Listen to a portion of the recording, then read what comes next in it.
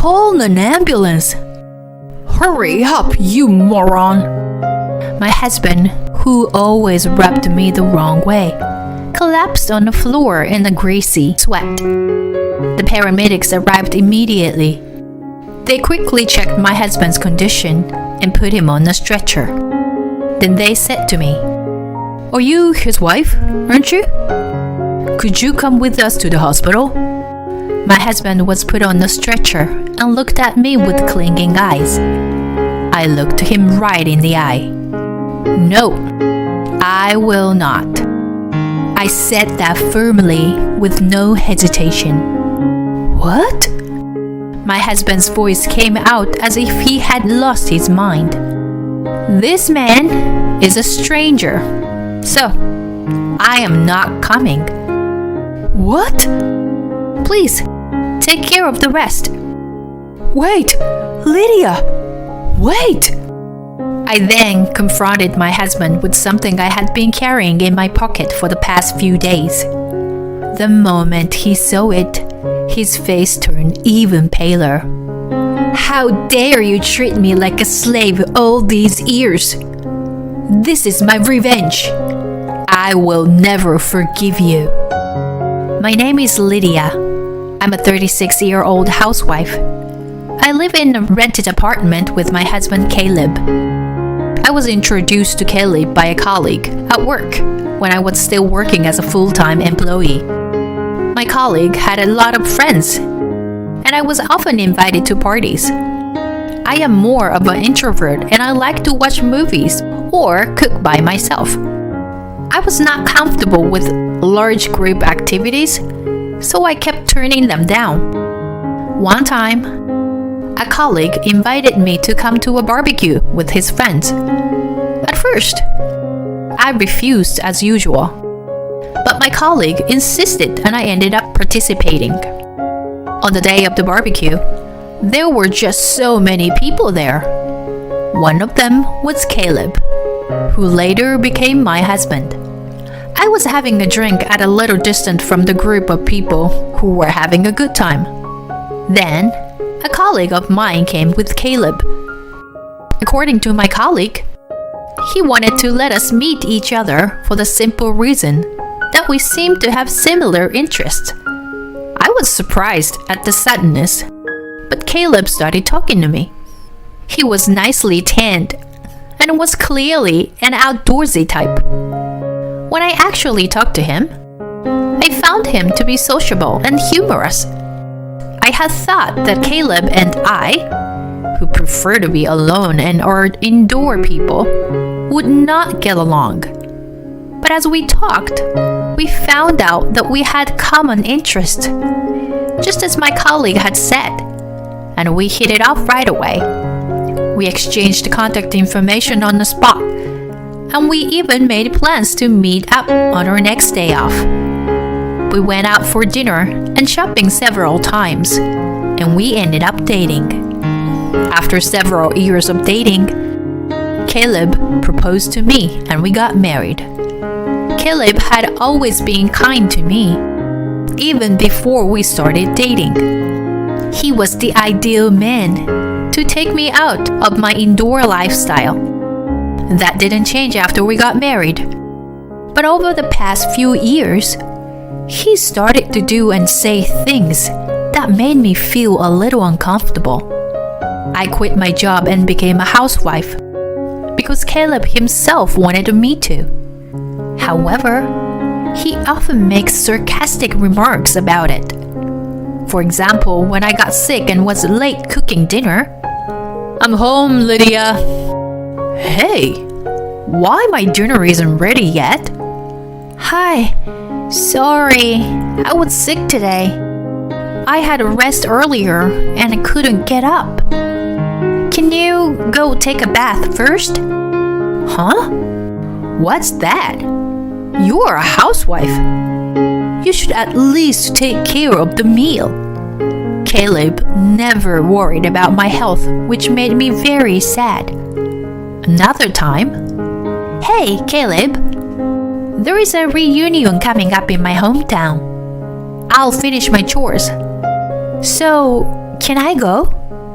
Suit yourself. Well, being a stay-at-home wife is great, you know. I envy you, Lydia. You get to play around with the money your husband makes. He's usually so nice to me, carrying my purse and bringing me flowers after work. But sometimes he acts like a jerk. I even thought that maybe he wanted me to work. So I suggested that I take a part-time job. But Caleb insisted that was not the case. In the end, I was still a full-time housewife. One day, one of Caleb's relatives called me out of the blue. I picked up the phone, feeling a little defensive. The relative on the other end of the line called my name in a panic. Caleb's mother has collapsed. I froze for a moment at the unexpected words. According to my relative, she had gone to visit my mother-in-law a few hours earlier. She found my mother-in-law lying in the yard. She called an ambulance, which rushed to the scene and took my mother-in-law to a general hospital. I prepared myself in a panic and ran out of the house. When I arrived at the hospital, I was told that her condition was still too unpredictable. As we were talking about this, Caleb came running in, out of breath. We moved to the hospital room to check on my mother-in-law. Sleeping in bed, my mother-in-law's body was covered with various tubes and it was painful to watch. "Mom!" My husband called out to her, but of course, she did not respond. Caleb stayed in the hospital room for the rest of the day, and I decided to go home and get everything I needed for the hospital stay. After a while, my mother-in-law recovered enough to be able to sit up by herself. However, it is difficult to do anything without someone's help. I'm glad she's able to get up. I wonder if she will be able to walk again if she continued to do her physical therapy. When my mother-in-law's discharge date was approaching next week, I said this to Caleb. Then, he started to say something I didn't understand. "Oh yeah. Are you ready? We'll be leaving this house next week, so you'd better start packing our stuff." I couldn't understand what he meant. Caleb seemed annoyed, as if he didn't like my reaction. "We don't need this house, since we are going to live with my mom at my parents' house. You're still as damn as ever, aren't you? Does that mean I'm going to live with my mother-in-law after she gets out of the hospital? I never heard anything about that. What? Did you decide to move in together without talking to me? Have you already canceled the lease on this house? When I said that, my husband became even more grumpy. "Of course, I've already canceled the lease. It's the right thing for us to do as a family, to live together and help her. Don't tell me you don't want to live with her, do you? I'm the one who makes our living, so I won't accept any complaints." He said so and went back to his room with deliberate footsteps. I never thought that Caleb would take such a hard-line approach. I can't believe he's canceling the lease on this apartment. I have no choice but to move out. I know he's worried about his mother, but this is too much. I sighed deeply. A few days passed, and suddenly I was living with my mother-in-law. I had never been a caregiver before, so everything was new to me. I had to spend most of my day feeding, bathing, and toileting for my mother-in-law. My mother-in-law didn't want me to take care of her, and she hardly communicated with me. Furthermore, When I tried to talk to her, she would hide in bed saying she was in pain. When my mother-in-law was healthy, we didn't have a bad relationship. In fact, we sometimes exchanged the delicious-looking snacks we found at the department store. Perhaps she was too frail to care for others. On the other hand, my husband Caleb, who had forced us to move in together, rarely came home. After work, he would go out for drinks and come home in the morning. Even on his days off, he would find some reason to go out. When he comes home, all he does is play video games in his room. I decided to talk to Caleb while he was playing games. I know you can't avoid working overtime or drinking with your colleagues, but can't you at least help me take care of your mother when you are at home? Or I would like you to help me with the housework. I said this, and Caleb replied without looking away from the screen. What are you being so naive? Housework and caregiving are both your jobs. I'm tired from working, you know. Oh, I'm almost out of coffee. Go make me some. And clean this room, okay? And take these to the dry cleaner. I need them by Wednesday. My husband spoke one-sidedly and threw his work clothes at me. This time, I was annoyed and retorted, "That's enough! I've been doing housework and taking care of your mother every day for the past month without a break. Why can't you at least help me a little?" Caleb then slams the game controller down on the desk and stands up with a mighty thud. How dare you talk to me like that? Who do you think you owe your livelihood to? If you have a problem with me, then get out. Come on, get your shit together and get out. Well, I feel sorry for my mom. She's going to be left alone without anyone to take care of her. That being said, I couldn't say a word. It's true, I only have a little money saved up, and I can't leave my mother-in-law who can't do anything for herself. I held back, picked up his suit, and left the room. After about 6 months of such a difficult life, my mother-in-law suddenly passed away. I woke up in the morning and went to check on her like I always do. But that day, she was no longer breathing. I called an ambulance and took her to the hospital, but it was too late. Caleb was in tears and sad. I don't know why, but I couldn't cry. I felt cold when I saw Caleb, crying without hesitation. I thought to myself, you didn't do anything to help her. And when I realized that I don't have to take care of her anymore, I felt a sense of relief. I felt guilty for feeling that way.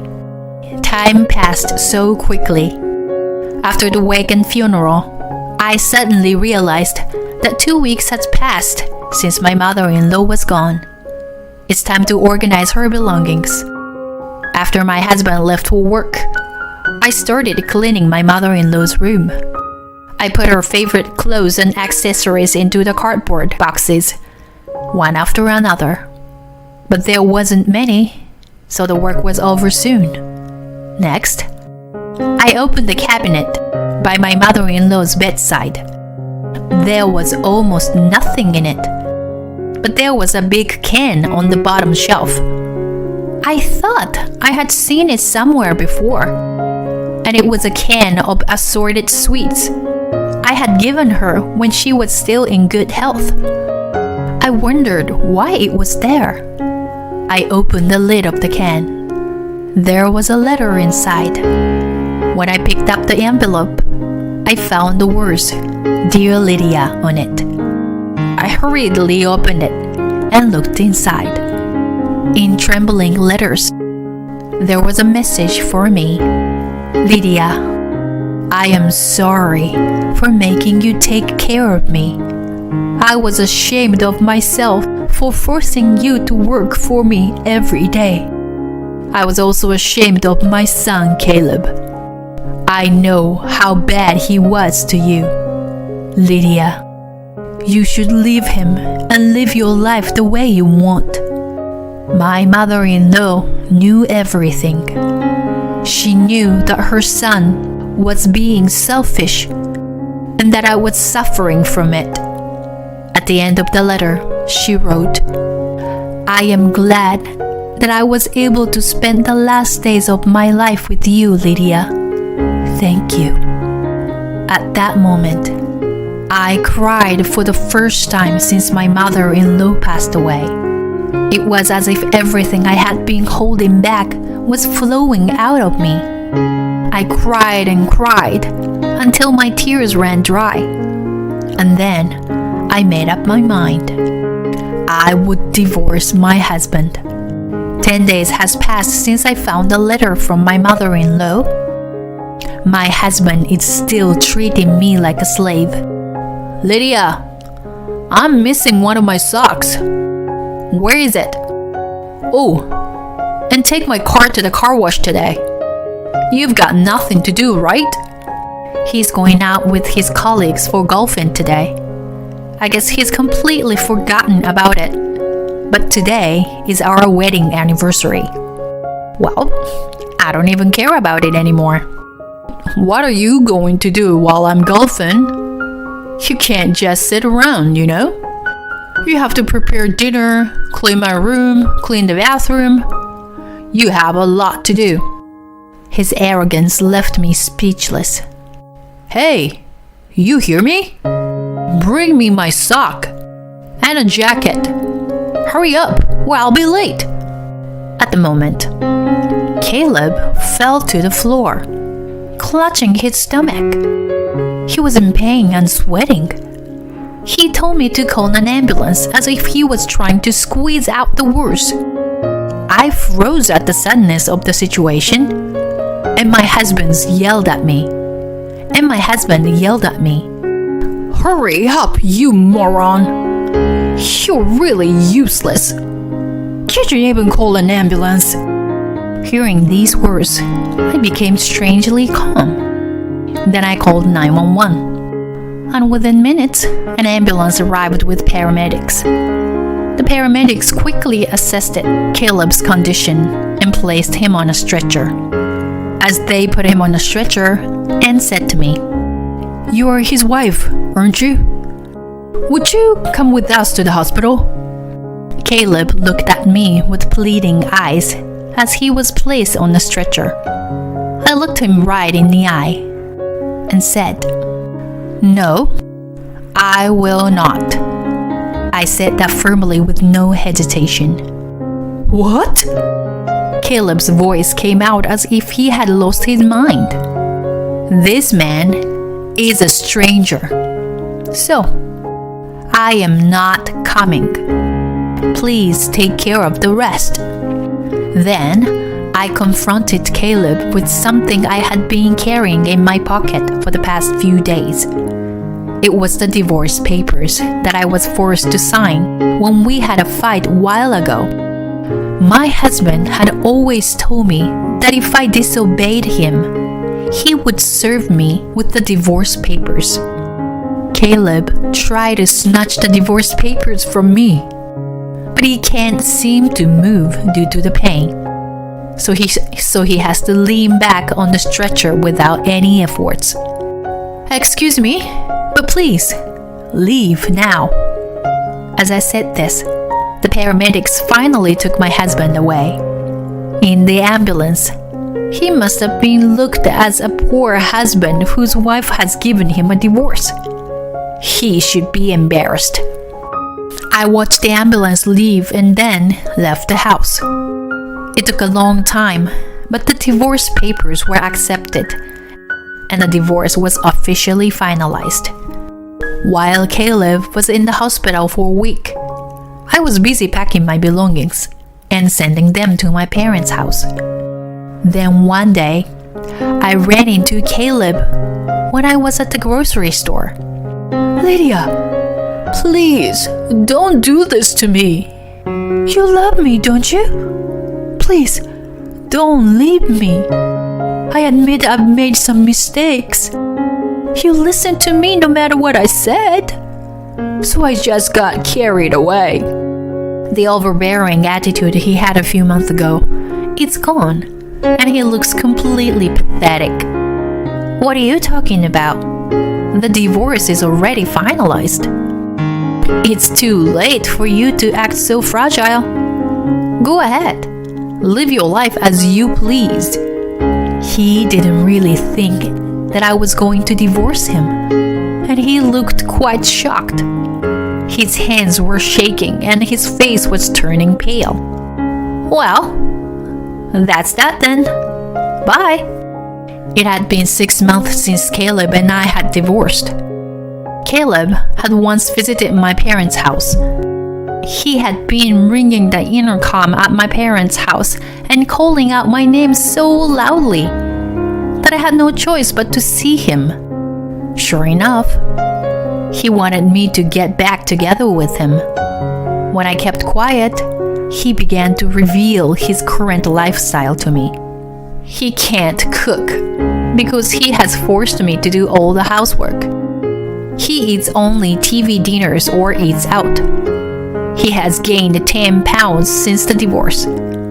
It's true that he put a lot of fat on his face and stomach that you can see at a glance. In addition, he doesn't seem to understand how to do laundry. The shirts he wears are wrinkled and smell weird, making him look even filthy. I finally realized how great you have done, Lydia. If I don't do something, the people at the company won't like me. Caleb said so and started sobbing. The cheap tears. In other words, he wants to treat me like a servant again. There is no way I'm going back to that. No, never. If you make any more noise, I'll call the police. I treated him like he was a stranger. Then, Caleb started to be afraid of the words police and left the house crying. I'm sure he wouldn't get involved anymore. I hope so. My ex-husband seemed to be leading a very inconvenient life. On the other hand, I was leading a fairly comfortable life. For a while, I was staying at my parents' house, but now I rent a small apartment and live alone. My standard of living is much lower than when I lived with my ex-husband. But I still like this life, that I can have my own time. I thought it would be difficult to get another job at my age, but a friend of mine happened to have a friend who retired, and I was able to get a job to take her place. I feel so happy to be able to spend time and money only on myself, without anyone telling me what to do. From now on, I want to take care of myself at my own pace. It's the beginning of the new chapter of my life.